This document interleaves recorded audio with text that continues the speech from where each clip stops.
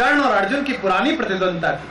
कर्ण का ख्वाब था कि मैं किस तरह से अर्जुन को परास्त करूं, और सुनते हैं कि एक समय ऐसा आया था कि जिस पल में कर्ण विजेता बन सकता था। आप सबने सुना है, महाभारत का रण चल रहा था, और जब जिस समय लाक्षागृह में उन्होंने मां कुंती को निकाला था, तो अर्जुन ने एक सांप को उठाकर आग में फेंक दिया था जो दरवाजे के सामने आ गई थी।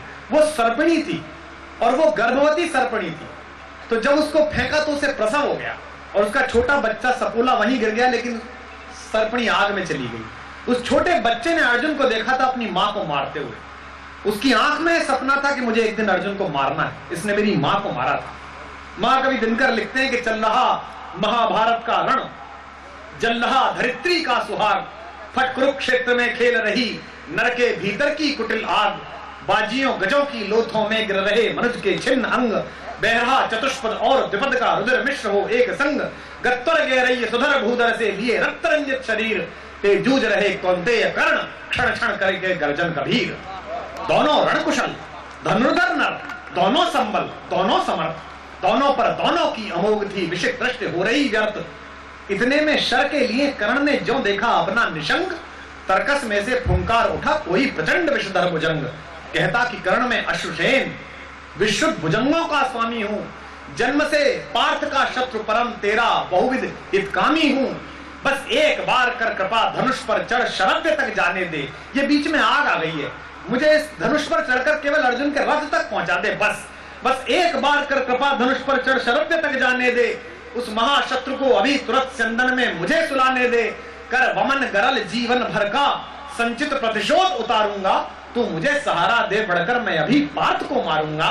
तब कर्ण कहता कि राधे या जरा हंसकर बोला, रे कुटिल बात क्या कहता है, नर का समस्त साधन जय का अपनी बाहों में रहता है, नर का समस्त साधन जय का अपनी बाहों में रहता है।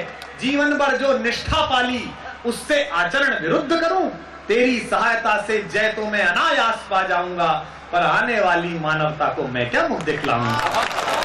तेरी सहायता से जय तो मैं अनायास पा जाऊंगा, पर आने वाली मानवता को मैं क्या दुख दिखलाऊंगा। संसार कहेगा जीवन का सब सुखद कर्ण ने क्षार किया, संसार कहेगा जीवन का सब सुखद कर्ण ने क्षार किया, प्रतिभटका वध का सर्पों का सहाय लिया।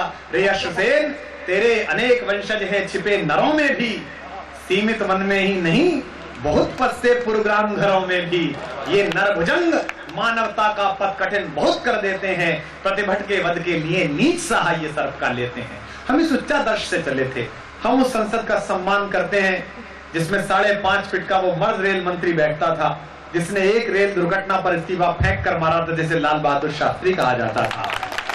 हम उस संसद का सम्मान करते हैं जहां वो लौह महिला श्रीमती इंदिरा गांधी बैठती थी, जिन्होंने एक युद्ध में अपने स्वाभिमान को बचाते हुए न केवल विश्व का भूगोल बदल दिया था बल्कि इतिहास बना दिया था। हम उस संसद का सम्मान करते हैं जहां ग्वालियर का एक बेटा कवियों के वंश का शिरोमणि पंडित अटल बिहारी वाजपेयी, जिसने एक वोट से सरकार बचाने में मना कर दिया था और कहा था कि जो खरीद कर सरकार बचती हो ऐसी सरकार को मैं चिमटे से छूने से मना करता हूं। लेकिन हम उस संसद का सम्मान नहीं कर सकते जहां राजा जैसे डकैत, कलमाडी जैसे चोर और लालू जैसे विदूषक बैठते हों। अब उसमें हम पर अवमानना का आरोप लगता हो तो लगे। आपके जवान शहीद हुए, आपके पुलिस के लोग शहीद हुए उसी संसद को बचाने के लिए, और उसी संसद में जब नोटों की गड्डियां लहराई जाती हैं, उसी संसद में टैबलेट पर जब कुछ सांस्कृतिक फिल्में देखी जाती हैं, तब संसद की गरिमा का अपमान नहीं होता। बाहर खड़ा आदमी सवाल कर देता है तो संसद की गरिमा का अपमान हो जाता है।